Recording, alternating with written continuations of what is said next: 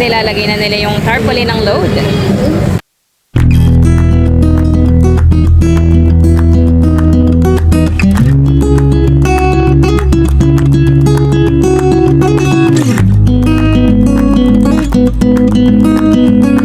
Ayan mga kalots, ang bundok aray sa closer look. Ayan, so our time check now is 4 o'clock. Ayan, so of course araw-araw tayo magpapasalamat sa paggising natin. Napakaganda ng view, tingnan nyo naman.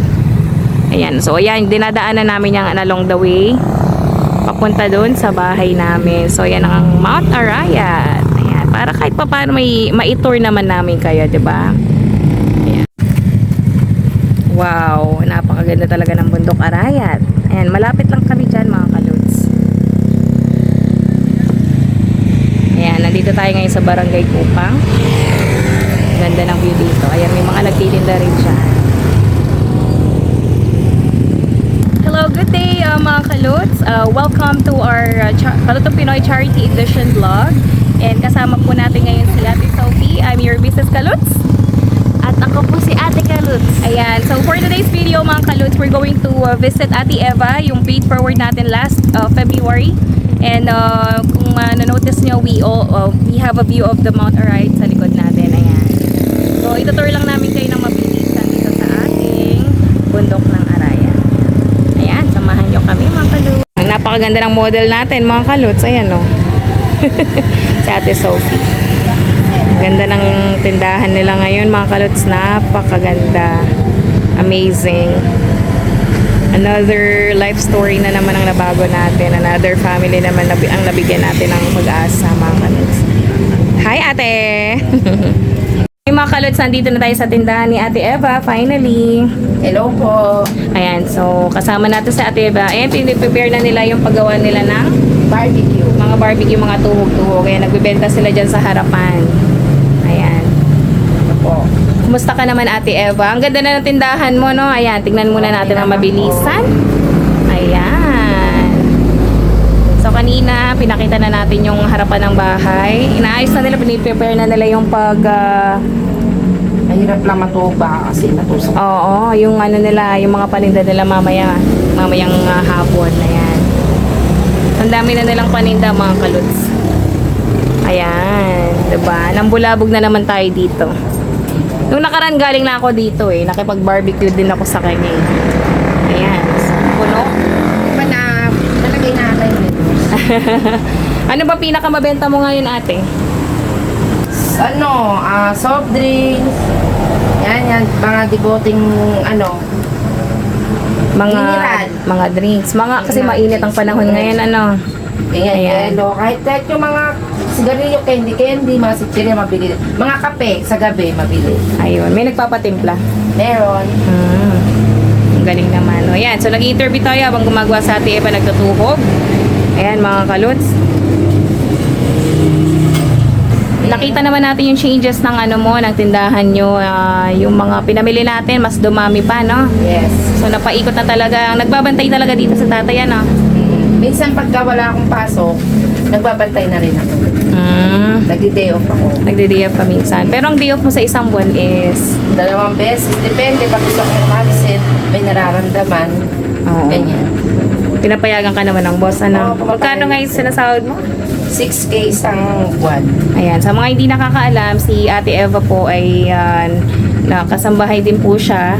Ayan, pero malapit lang dito, ate? Marapit lang. Dito lang sa may kabilang kanto. Ayan, sumasahod siya ng 60 million. Pataas. Sana. Ayan, so 6,000 ate, no? And sa isang buong buwan daw, ang pinaka-day off niya, minsan pa half day. Pero ang total talaga is 2 days lang, 2 days lang yung na pwede day off. niyang piliin kung anong araw siya.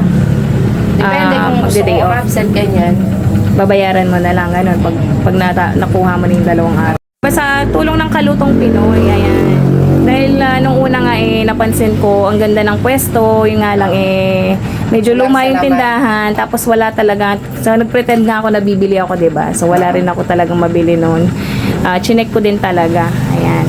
So ngayon naman na natulungan kayo ng Kalutong Pinoy, ate. Ano yung naging pinaka ano ng changes simula nung natulungan kayo ano yung pagbabago? Nagkaroon siya ng laman. Kasi yung iba, akala nila talaga walang nagtitinda eh. Pero nung nakita nilang nagbago na yung harap na pinturuan, saka maraming laman, yun. Mas marami nang bumibili ngayon. Yung mga Ayan. hinahanap nila na paninda meron na kami. Ayan, perfect na. So marami na silang nabibili. And saan nabanggit mo nga nung nakaraan may mga nagpapatimpla, nagpapaluto, ano? Meron. Ayun na. Papaluto ng mga noodles tsaka kape. Noodles. Magkano ang bentahan ng noodles? Yung noodles kasi na may sabaw, binibenta namin yun, 25 kasi lulutuin. Oo, syempre gasolina, gasol, ano. Tapos, yung kape naman, 15. 15 pesos. Oh, additional kasi income, may ano? naka-styro siya. Ayun, may styro sila. Ito yung bahay nila Ate Eva, tindahan na sala pa, o, diba? Oo. Sama natin si Ate Kaluts. Kaya, Ay, yung mga anak niya, may gallery sila dito. Ay, Ate Eva, so napakasipag mo. Ano bang maipapayo mo sa ating mga viewers para ano maging katulad mo sila na napakasipag? Ano yung pinaniniwalaan mo sa buhay mo, ate? hindi, ako naman hanggat kaya, hanggat may buhay pa, sige lang, laban lang. Laban lang. Diba? Ganoon naman tayo mga Pinoy eh. Basta kaya natin yung lumaban tayo. Yan, basta maging masipag lang tayo. Matyaga. Tsaka marangal naman yung trabaho, ano? Baka marangal yung trabaho, dapat nga hindi natin ikaya yung kasi marangal to eh. Ang importante, hindi tayo nangingi, hindi tayo namimili sa ibang tao. Ayun eh. Thank you, Ate Eva. So, may natutunan na naman tayo ngayong araw, mga kaluts, kay Ate Eva. And napaka-inspiring din na ng story nila. Gawa nung, ayan, mamaya ipapakita ko ulit yung harap ng tindahan. Tsaka, itutur ko kayo sa tindahan nila, mga Manda na kaluts. ngayon yung tindahan namin. Hindi na siya mukhang bodega dati. Napagkakamalan siyang mukhang bodega kasi sira na po yung harap namin. Pero ngayon napaayos na namin. Nagkaroon na siya ng maraming laman. Kaya nagmukha na siyang tindahan. So, Marami nang bumibili. marami na. Nakakamagkano kayo sa isang araw ngayon, ate? Ngayon siguro kung mabili talaga sa araw lang umaga siguro naka 500. 500. Pero pa yung gabi. Kasi sa gabi mabili talaga. May mga kape, ganyan. Tapos ngayon syempre may mga inom din, ganyan. Namumulutan. Pero yung kasama yung pinaka, ano nyo, benta nyo pati sa gabi, abot ng may, Meron. mga magkano naman yun? Siguro sa 2,000 siguro pagka sa tindahan na pera pati sa barbecue. Pabenta sa gabi pala kaysa sa Mas umaga, mabenta. no? Kasi syempre marami kasi tindahan sa labas eh. Oo. Marami nang titinda, syempre, hati-hati na yung mga ano. Mm-mm. Kung saan na lang sila talaga mapapunta, doon na lang bibili. Pero ang kagandahan naman kasi, dahil very accommodating naman yung mga nagtitinda dito, smiling face. Kasi minsan nasa service mo rin kung babalikan. Kung suplada ka kasi, diba? Oo. Hindi ka naman babalikan. Ang pamilya naman ni Ate Eva, mga kaluts, kung makikilala nyo rin yung mga anak nila, sobrang babait din talaga. Medyo ayaw lang nila magpa-camera. Ayaw dahil- nilang mag-camera. Oo. Nahiya sila Nahiya sa camera. sila. Ayun na yung mga tinuog ni Ate Eva. Ayan. Sa mga picture. So Ayun. mamaya magtitinda sila dyan sa may harapan, mga kaluts. Actually, last time, galing na kami dito. Nag-order na kami kay Ate Eva. Ayan, idudutong ko na lang sa video na to. Ipakita naman natin, Ate Eva, yung harapan pala ng bahay. Ayan, mga kaluts, kasama na natin si Tatay Edgar. Ayan, so Tatay Edgar, ayan, bagong gupit ata si Tatay, pakapogi. Ayan. So mga kaluts, ang ganda-ganda ng tindahan nila, and si Tatay lang talagang nag-renovate, wala siya biniyara na iba na gagawa. Sayang daw eh. O kasi kung magpapagawa ka, magkano rin ang ibabayad, Tay, kumusta naman ang benta mo? Ayos naman. Marami na nabili ngayon. Kasi madalas nga si tatay ang nasa bahay. Sa Ate Eva po, pumapasok ka na. Maghapon sa sa trabaho po yan. At tapos yung mga anak niyo po, pumapasok rin sa school. Sabado linggo wala po silang pasok. Walang pasok. Ayan. Gabi lang sila umuwi pagka sa Lunes Biyernes. Ayos. Ayun nga, nakita ko kasi na parang, di ba nung nakaraan pinag-uusapan na natin na parang ang ganda rin lagyan ng load. Kaya, eto nga, nag-research din ako about sa loading. Ayan. May nga naghahanap ng load eh, kasi sabi namin wala pa. Ayun. May naghahanap. Kakayanin mo bang, kaya mo naman, pagsabayin Kaya ko naman, yung... tsaka yung mga anak ko. Kasi ngayon malapit na magbakasyon eh. Oo. Kaya para meron din silang pinagkakabalan. Ayun.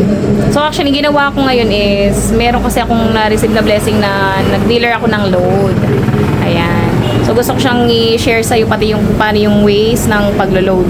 Ayan, so bibigay ni Ate Sophie mga kalots yung pinagawa nating ayan, pakita natin. Ayan, so meron na akong pinrint, ayan mga kalots. Meron na akong pinrint na mga code sa load. Ayan. Tsaka, ayan, naguluhan na sila. Tsaka to Ate Eva. Para madali mo siyang matandaan kung paano mong paglulod. May code dyan. So, number, tapos yung code, tapos, isend mo lang dun sa pinaka-gateway.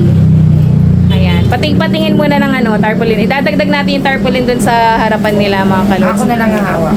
Ayan, sige, hawakan nyo. Ayaw, hawakan.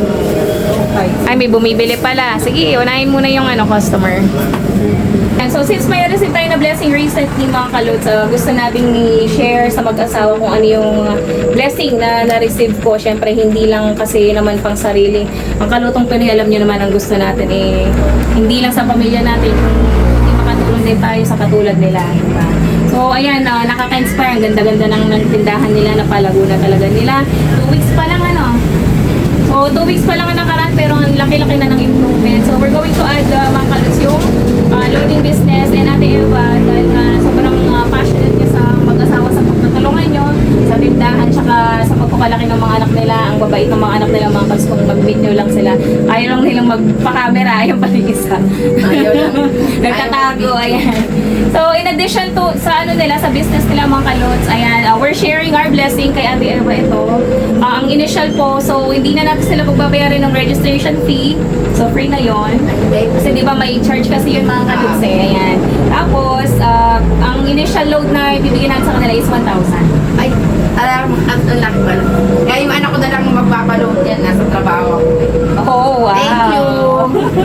So, Salamat. additional yan ha. So, ibig sabihin yan, hindi lang tindahan yung palalagoy nila, kundi yung paglo-load din. Para hindi sila mahirapan din nga, nag-print na tayo mga kalods ng Thank you. So, tuturuan natin si Ate Eva, chat ko na lang yung iba din sa kanya kung paano, dahil medyo paggabi na rin na yan. So, ano masasabi mo Ate Eva at Ate Edgar? Salamat po sa additional na blessing. Ayan. Meron akong mga anak ko, para meron silang nagkakaabalahan. Ayan. Salamat So, po. sobrang blessed nyo kasi nga, nung napanood kasi ng natin, sponsor natin, sobrang natuwa siya kasi nga hindi nyo pinabayaan nga yung puhunan na binigay niya. So, yung ganyan na nangyayari pag masipag, talagang mas dumadami pa yung blessing. Ayan. So, another blessing load na dito, lalagay natin yan sa harapan ng tindahan nila. Tara, Ayan. lagyan na natin dito. Sobrang blessed yung mag-asawa. Dito sa linagay kong kwadro na lang. Oo nga. Sa Ayan, Ate Eva, Tatay Edgar, maraming salamat kasi hindi nyo pinabayaan yung puhunan na binigay ng ating Kalutong Pinoy channel. Ayan, so sa tingin nyo po ba yung pagbibigay ng tulong ng Kalutong Pinoy makakatulong sa inyo, sa pamilya nyo po, tsaka sa pag-abot ng mga pangarap nyo para sa pamilya nyo po? anak ko, makakatulong naman po ng malaki. Kasi mapapaikot naman po namin basta nasa tama yung pagpaikot namin. Nagtulungan kami naman. Siguro naman, dating yung panahon, na-improve pa namin yung tindahan. Tsaka, bala ko rin kasi magtinda ng yung almusal. Dati kasi nagtitinda na ako ng almusal, tsaka mga merienda sa umaga. Ganyan. Kaya, konti-onti, matutupad din namin yung gusto namin.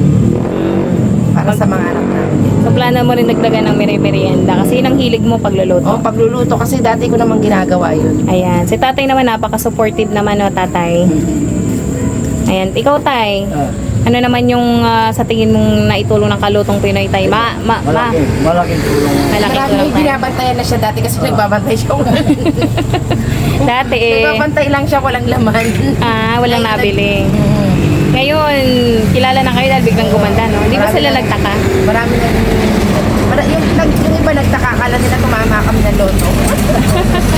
Well, tumama talaga kayo sa loto. Dahil nga blessing yan, di ba? And dahil nga napakabait nyo, kaya meron nga tayong additional na load. Kaya sana ate, pagigihan mo pa. Kasi darating ang panahon talaga na hindi lang ganyan ang mararating nyo kasi nga napakasipag nyo mag-asawa. Siguro pag dumating yun, baka dito na lang kami magpo-focus. Ayan. Actually, Medyo, kung ano na talaga. kasi kung tutuusin yung sahod niya na 6,000 mga kalot sa isang buwan na yun, eh, pumapatak lang na 206 per day lang. Kasi 2 days lang ang day off niya. Tiyaga lang. Kaya kung pagigihan ni ating dito, ayan, nagpe-prepare na sila sa barbecue. Tapos tindahan pa nila, 'di ba? Ganda na. Ayan. So madali na lang sa kanila kitain yung worth na 206 na yun. Kaysa maghapon kang, 'di ba? Kakasambahay tapos all around ka pa, 'di ba? Luto. All around. Kung sino gusto magpa-all around dyan. Aba, pumasok ka pa talaga eh, no? Napakasipag ni Ate Eva, pag uwi niya, siya pa talaga nagtutuhog ng ano. Although, tinutulungan naman siya ng mga anak niya, no? Ayan, ayan, sige. Thank you so much. you po. Sana eh, mas lumago pa ang tindahan nyo. At i-bless pa po kayo ng ano, ng may kapal din sa, Thank you. sa business nyo po. Actually, ang ganda na nga niya mga kalutse. Hindi na katulad nung una natin siyang pinuntahan. Parang eh. akala mo, Nung pinagtagpuan ng kaya ko nga siya napansin kasi nga akala ko talaga hindi siya tindahan. Kaya bumaba ako nun para i-check talaga kung ano, tindahan siya. Eh ngayon, nagmukha na talaga siyang ano, sari-sari store mga kaluts. Ayan o. Tapos meron na silang ginawang upuan dyan at lagyan nila na ng harang. Oo, may harang na. Niya to. Yan, para pag may bumibili, meron silang matatambayan dyan. Para pang merong gusto uminom at saka may pulutan na. Oo. Ano ba yung pinakamabenta? Sigarilyo na. Soft drinks kasi mainit na yun. Ayun. Tsaka mga ano, gagawa ka rin ng ano niya, yelo, no? Meron na. Yelo, may bibenta lang Baka kayo. magdadagdag ng ice cream magkano. Ice candy. Kasi makilili niya. Yung ice candy mabenta. Mabenta rin yung ice cream.